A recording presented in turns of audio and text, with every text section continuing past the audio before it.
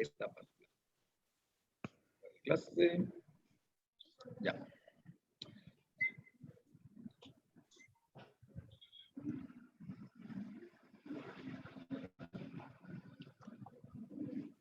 He titulado la clase de esta mañana Esperando por el plan de Dios.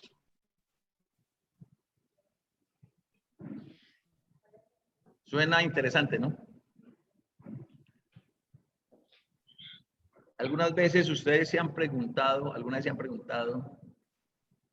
¿qué es lo que quiere Dios? ¿Sí se han preguntado eso alguna vez? ¿O algo parecido? ¿Qué quiere Dios? ¿Cómo? Que si alguna vez se han preguntado, ¿qué es lo que quiere Dios?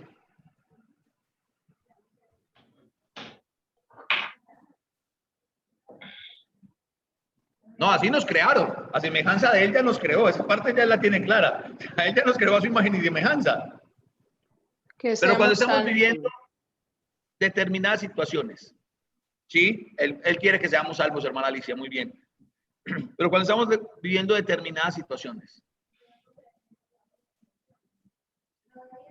la obediencia, que no nos dejemos llevar por las emociones, ¿cierto? Que tengamos fe. Se las voy a mostrar acá porque hace falta la pantalla. No dejes que las batallas del momento empañen tu visión de lo bueno que tiene Dios para ti en el futuro. Y sí, nosotros sabemos, creemos, por fe nos movemos de que vamos para el cielo. Pero ¿será eso lo único bueno? Eso es lo único. ¿Será eso lo único bueno que tiene Dios para nosotros? Pues ya eso es demasiado bueno. No es lo único, pero ya es demasiado bueno, ¿cierto? Pero ¿será eso? ¿Qué pasa, mis hermanas y hermanos, cuando nosotros estamos únicamente o cuando estamos viviendo momentos difíciles?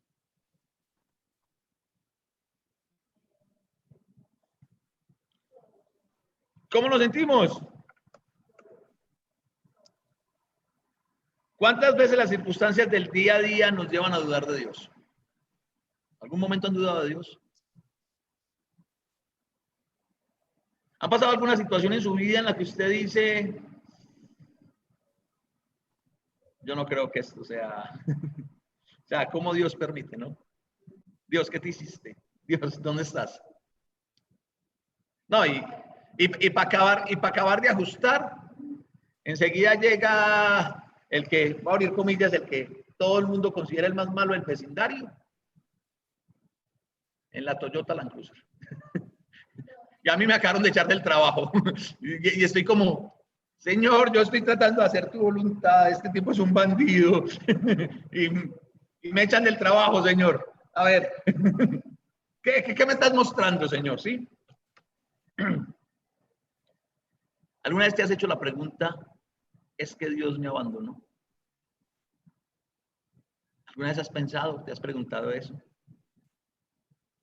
Tal vez alguna vez has pensado, te has preguntado, es que Dios ya no está conmigo. Dios me dejó.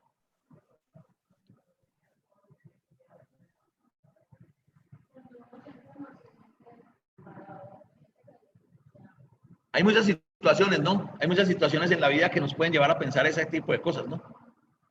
Cuando estamos sin salud, cuando de pronto sin empleo, como Judy. Sí, la muerte de un ser querido también. Miren, para los hermanos acá en Girardota que lo desconocen, mi familia está pasando por un tiempo de duelo, pues parte de mi familia está pasando por parte de... mi prima Abigail está comprometida para casarse este año. Y su prometido murió hace 15 días, hace 15, 20 días. ¿Cómo qué se estará preguntando ella y por qué? ¿Cierto? Cuando las tormentas de la vida rugen, ese tipo de sentimientos no vienen de pensamientos, llegan a nuestra vida con mayor frecuencia cuando estamos con el agua al cuello, como se dice, cuando estamos inundados en la tormenta, porque nos hace falta la salud, porque perdimos a un ser querido, porque perdimos el empleo, porque no vemos la salida a muchas cosas. Ahí es, ¿sí? Porque no creo que exista alguien tan desagradecido, tan ingrato, que en el momento en que todo esté bien, esté diciendo, ay, no, es que Dios me abandonó. Aunque no ha de faltar, ¿no? De todo se ve en la viña del Señor, no ha de faltar. Entonces, ese tipo de sentimientos, hermanos y hermanas, realmente son infundados por el enemigo. Eso es obra neta, la neta, es obra de las tinieblas. ¿Por qué razón? ¿Qué característica tiene Satanás? La Biblia dice que Satanás es padre de ¿qué? Padre de la mentira. Él es engañador. Entonces él siempre quiere como, desde el principio ha sido así, él maneja la misma forma, el mismo modus operandi. Sembrar duda. ¿Cómo hizo caer a Eva? Con que les dijo Dios que no comieran nada. Los va a matar de hambre. No. Nosotros sí podemos comer, pero de aquel árbol no, porque vamos a morir. Para morir, eso no existe. Vas a ser exactamente igual a Dios. Le sembró la duda. Y cuando nosotros estamos pasando por momentos difíciles, Él viene y nos siembra la duda. Y eso que usted es cristiano. Vea cómo le paga a Dios a los cristianos. Y uno hasta empieza a hacer el resumen de las cosas buenas que ha hecho en la vida, ¿no? Yo que voy al culto cada 8 días, yo que no llego tarde, yo que ofendo, yo que ayudo, yo que está, y bla. Empezamos a hacer ese inventario, que es un inventario que estamos haciendo más desde la frustración que de cualquier otra cosa. Porque si yo me coloco a hacer ese inventario en mi realidad, siempre va a tener de qué agradecerle a Dios. Porque solamente el hecho de decir, Señor, y yo que voy a tu iglesia y yo que soy tu hijo. Soy tu hijo, ya. Arranca por ahí. ¿Sí? Pero es lo que las tinieblas siempre buscan, engañarnos. Entonces hoy vamos a ver 3 ejemplos de 3 personajes que sí, que están en la Biblia, pero que fueron de carne y hueso como usted y como yo, y que supieron esperar el plan de Dios. Y antes de que ustedes me digan, hermano, pero es que para los de la Biblia era muy fácil porque ellos conocían el plan de Dios, pues quiero contarles que estos 3 personajes no tenían ni la más mínima idea de qué era el plan que Dios tenía para ellos, pero que sí disfrutaron de lo que viene cuando uno espera el plan de Dios, cuando uno espera la culminación del plan de Dios y deja que el Señor haga su obra. Esos 3 personajes son José, Daniel y Saulo de Tarso. Todos conocemos la historia de José. ¿Quién era José?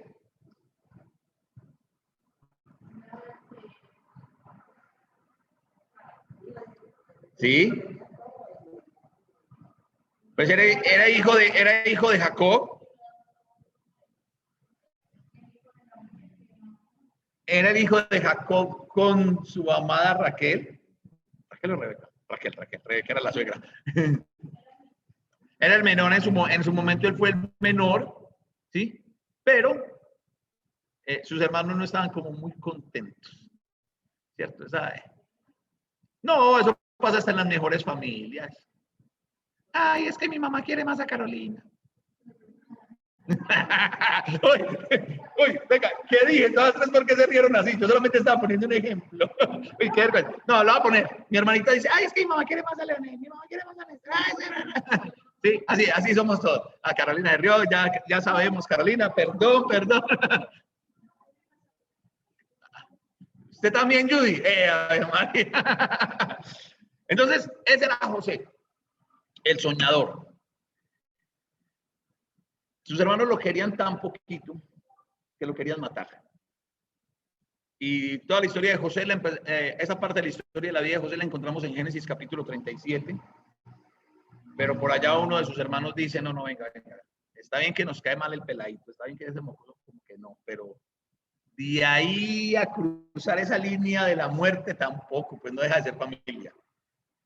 ¿Sí? y termina vendido como esclavo. ¿Tenía idea José de lo que iba a pasar después? Es más, José ni siquiera se imaginaba lo que le iban a hacer sus hermanos.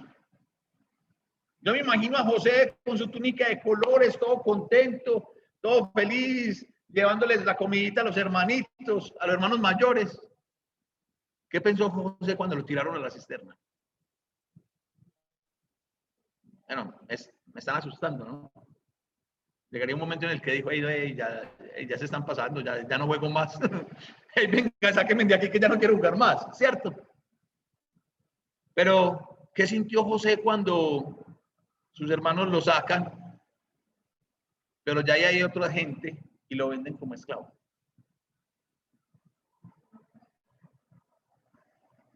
¿Pero qué sabía José de lo que venía después? Nada. José no tenía ni la menor idea de qué iba a pasar después. ¿O ustedes creen que a José le entregaron la vida con manual? Tranquilos, tus hermanos te van a tirar a una cisterna, van a querer matarte, uno de tus hermanos va a interceder por ti, entonces te van a vender como esclavo, pero no te preocupes que vas a llegar al capítulo 39 de Génesis siendo un trabajador muy eficiente, aparte un pelado bonito del que se enamora la patrona y lo acosa sexualmente. Y por no caer y ofender a Dios, ¿cuál fue el resultado? ¿Cuál fue la bendición? Ir preso. En el capítulo 40 de Génesis vemos que José va a la cárcel injustamente. Entonces es aquí donde yo los invito a pensar. ¿Qué hizo de malo José? Ya no es culpa, pues. O sea, Señor, ¿por qué me hiciste bonito? A ver, vamos a desglosar un poquitico. ¿Qué culpa tenía José de que Jacob lo quisiera más a él que a los hermanos? Eso era culpa de él. ¿Pero qué culpa tenía él? Pero sus hermanos lo odiaban y lo querían matar. No, pero Benjamín todavía no había nacido. Él era el hijo de Raquel. ¿Sí? Él era el hijo de... Pues a ver, sí. A ver, hagamos una cronología. Sí, más o menos. Sí, porque él va, lo que pasa es que no sabemos cuánto tiempo pasó José como... Sabemos que pasó 2 años en la cárcel, pero no sabemos cuánto tiempo fue esclavo en la casa de Potifar. ¿Sí? Y después el texto nos habla de que cuando él dice traigan a Benjamín, a su hermano menor, pero no era tan niño, entonces sí había nacido, pero Benjamín estaba muy pequeñito, ¿cierto? Daniel, googleenos ahí.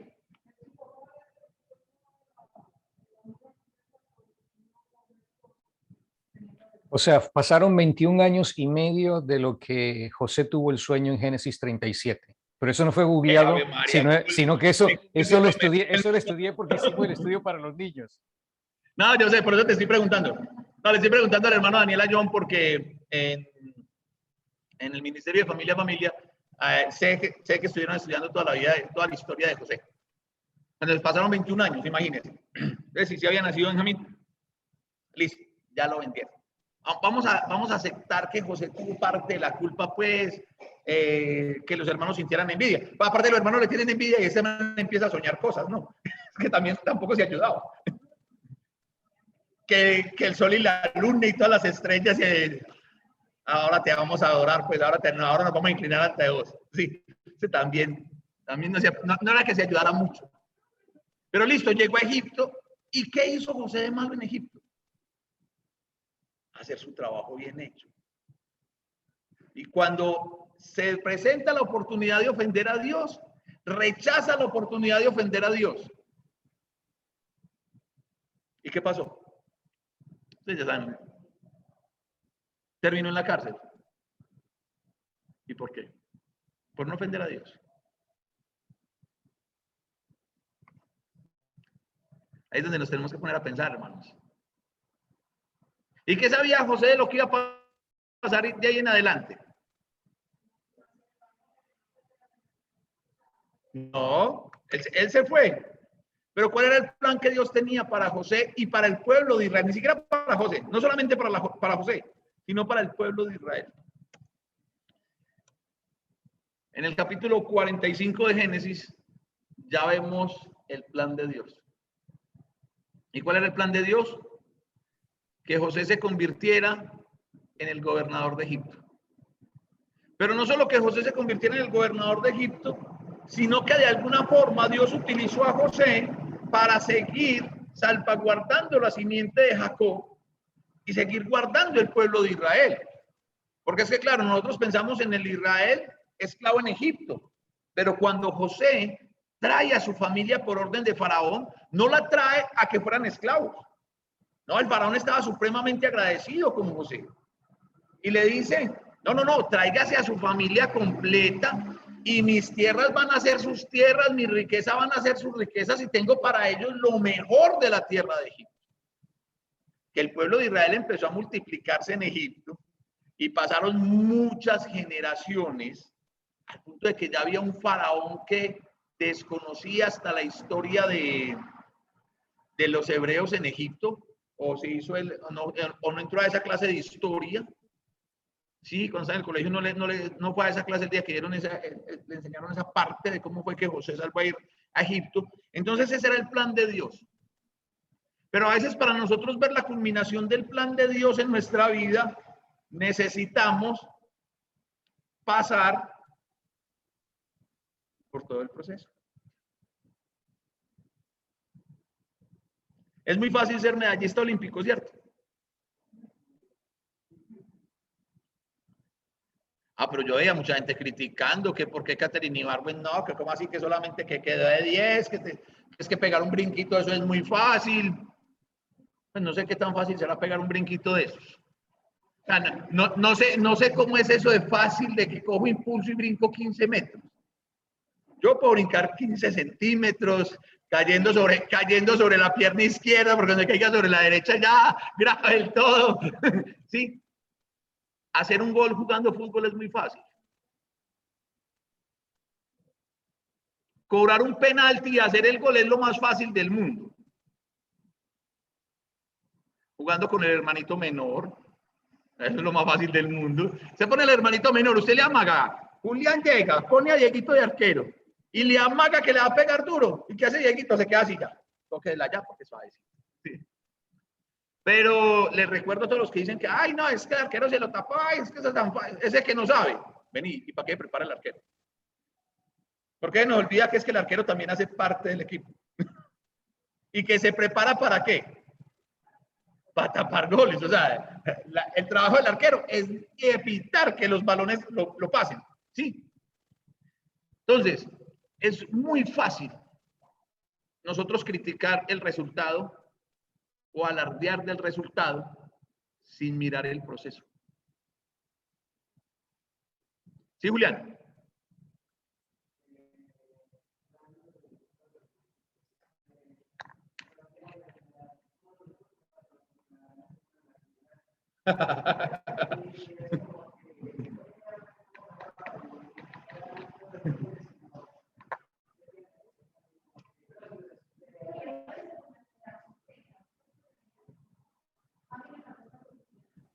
Puede ser, pero eso de todas maneras, lo que pasa es que para nosotros es muy fácil, porque es que como nosotros somos tan emocionales, y para nosotros es más fácil reclamarle a un deportista que nos está representando que reclamarle a los que les tenemos que reclamar.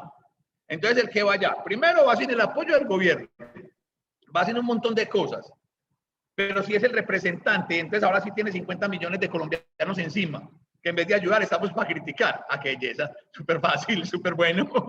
Sí. No, y no pasa solamente acá. Ahorita el Comité Olímpico Ecuatoriano está, pues, que quieren declarar persona no grata al ciclista que quedó campeón, a Carapaz. Richard Carapaz es un ciclista ecuatoriano y ganó oro. Y el tipo llegó porque ahí sí,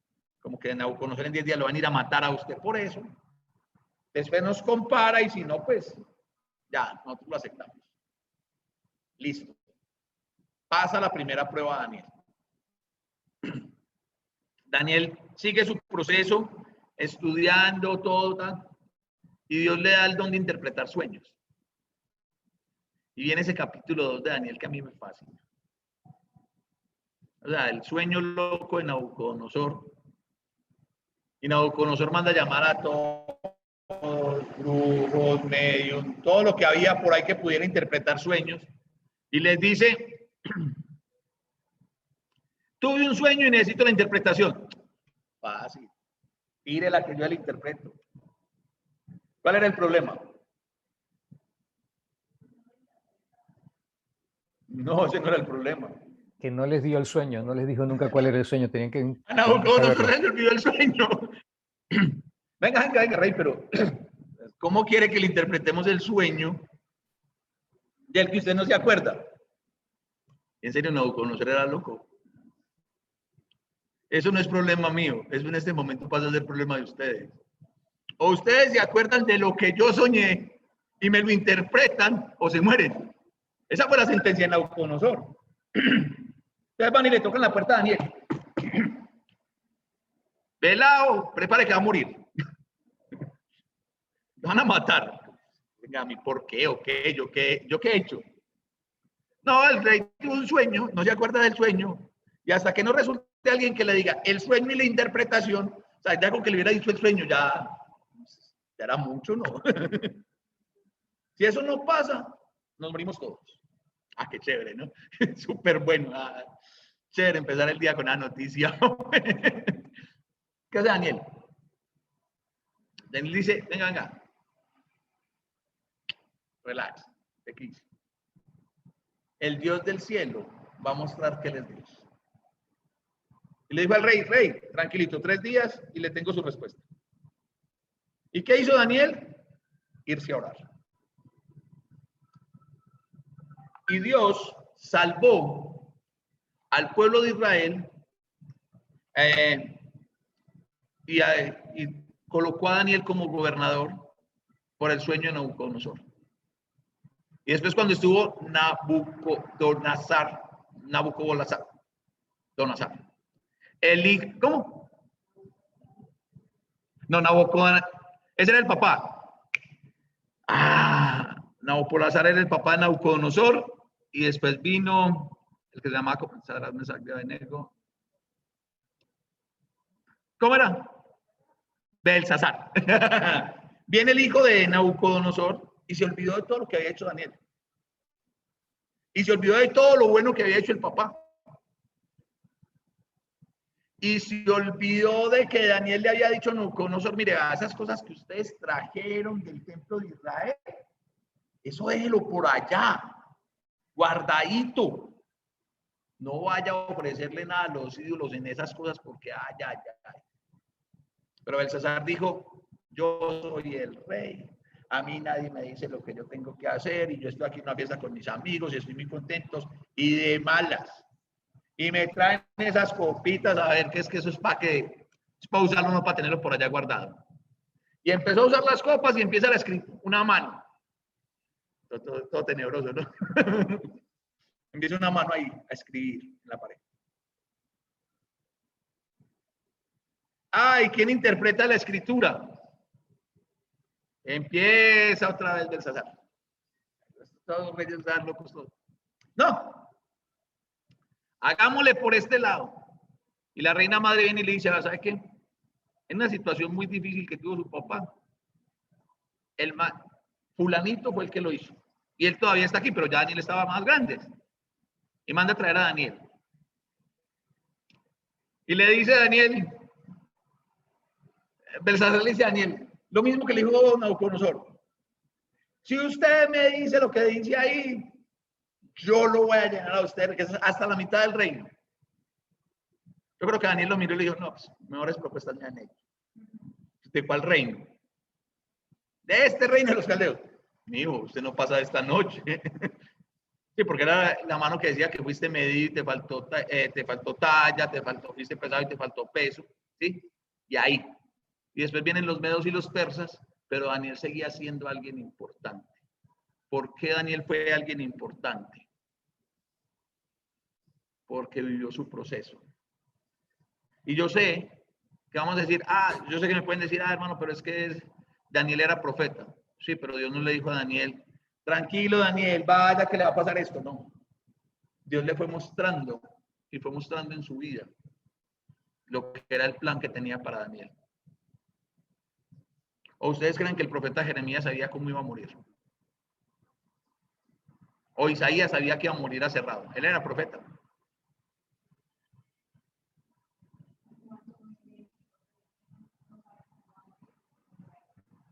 ¿Recuerdan esa historia que les he contado de Elías? Que hemos enseñado sobre eso. De cuando Elías pide que Dios le abra los ojos a su siervo. O sea, ¿cómo es posible que Elías supiera dónde estaba el ejército del rey de Asiria cuando iba en contra de acá, pero que no supiera que lo iban a rodear esa noche? Porque era el plan de Dios, ¿no? Y el otro, Saulo de Tarso. ¿Qué sabemos de Saulo de Tarso? Perseguidor de la iglesia, ¿sí? Pero según las palabras de Pablo, era el más aventajado de su época. Porque nosotros en Filipenses capítulo 3, versículos 5 y 6, parafraseo que dice, Pablo dice que si alguien tiene de qué gloriarse en la carne, el más. Entonces él dice que él es hebreo de hebreos, de la tribu de Benjamín, en cuanto a la ley fariseo, en cuanto al cumplimiento de la ley irrepresible, en cuanto al celo perseguidor. Era el más aventajado de su época, ¿no? Fue perseguidor de la iglesia, lo leemos en Hechos capítulo 8. En Hechos capítulo 8 dice que cuando el apedramiento de Esteban, lo que hicieron fue que pusieron las ropas a los pies de un joven llamado Saulo de Tarso. Pero ¿cuál era el plan de Dios para Saulo?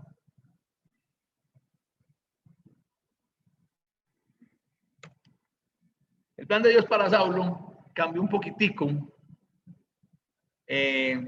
la situación, porque es que Dios tiene planes. Vimos en José y en Daniel que como que un proceso de menos a más, ¿no? De ser vendidos, de ser esclavos, a llegar a ser algo importante. Si nosotros nos quedamos con la biografía de Saulo de Tarso, tipo está súper bien. Pero el plan de Dios para Saulo, después Pablo, era cambiar de ser perseguidor a perseguido. Ese era el plan de Dios y se lo dice ahí en Hechos capítulo 9, versículo 5.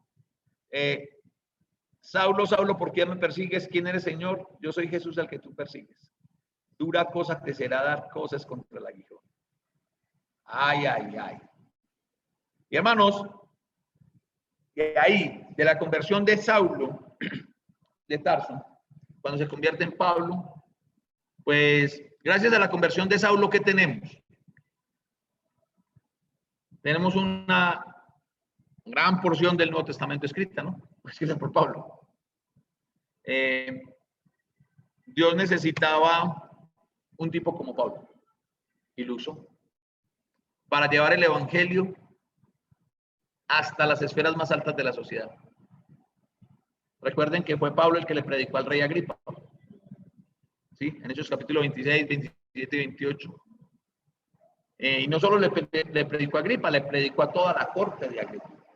Por eso Festo trata de increpar a Pablo y le dice, venga, Pablo, usted está enloqueciendo, hermano.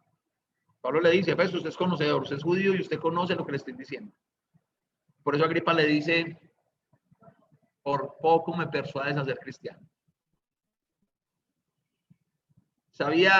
Tenía conocimiento Pablo del plan que tenía Dios para él.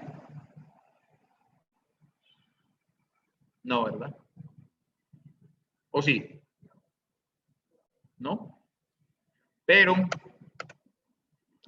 3 personajes diferentes, 3 historias de vidas diferentes, 3 épocas totalmente diferentes la una de la otra, 3 propósitos distintos, un mismo resultado, la bendición y la salvación dada por Dios, porque a los que esperan el cumplimiento de su plan. Nunca dejes que tus sentimientos confundan lo que sabes y lo que el Señor te ha dado o lo que has recibido del Señor. En Jeremías capítulo 17, versículo 9 leemos: el corazón es engañoso y perverso más que todas las cosas. ¿Quién puede decir que lo conoce? Seamos conscientes, hermanos, de lo que Dios nos ha dado, de lo que hemos recibido del Señor. Y no dejemos que el sentimiento, no dejemos que la emoción del momento nos lleve a perder esa visión, a confundirnos. Porque normalmente cuando nos confundimos, terminamos mal. Confiar en Dios en los tiempos buenos está bien. Digamos que es plausible. Es plausible. Una persona que confía en Dios en los tiempos buenos. Sí, debemos de confiar en Dios en todo momento, ¿cierto? Pero confiar durante los tiempos difíciles nos prueba hasta nuestros límites y ejercita nuestra fe. Eso fue lo que el Señor nos enseñó a través de esos 3 hombres. Y termino con ese pasaje maravilloso de Jeremías 29:11. Creo que me lo terminaré tatuando. Pero quiero tatuármelo en el corazón, más que en la piel. Porque yo sé muy bien los planes que tengo para ustedes, afirma el Señor. Planes de bienestar y no de calamidad, a fin de darles un futuro y una esperanza. Jeremías 29:11. Pero ¿saben cuál es la invitación, mis hermanos? A que no lean ese texto en los oídos del pueblo de Israel. A que no lean ese texto en los oídos de la iglesia del Señor. Lea ese texto para usted. Léalo con su nombre. Porque yo sé muy bien los planes que tengo para ti, afirma el Señor. Planes de bienestar y no de calamidad, a fin de darles un futuro y una esperanza. Ponga eso en primera persona. Ponga ahí su nombre. Y va a leer lo mismo, pero distinto. Si yo pongo el nombre de Claudia ahí, diré algo así: porque yo sé muy bien los planes que tengo para ti, Claudia, afirma el Señor. Planes de bienestar y no de calamidad, a fin de darte un futuro y una esperanza. ¿Cambia, sí o no? Pongan el nombre de cada uno. Léalo con el nombre de cada uno. A ver si no cambia. Haga esa dinámica. En serio, haga esa dinámica. Léalo. Los hermanos que están en la conexión de Zoom también, léalo con su propio nombre. A ver si no nos cambia la perspectiva. ¿O quién no quisiera estar en los planes de Dios? Todos queremos estar en los planes de Dios. Amén. Pues Dios nos tiene sus planes. Y Dios tiene planes para cada uno de nosotros. Por eso nosotros necesitamos aferrarnos a esos planes. Mis hermanos, que Dios me los bendiga. Muchísimas gracias por la atención. Los hermanos que se conectaron, muchísimas gracias. Vamos a orar. Acompáñenme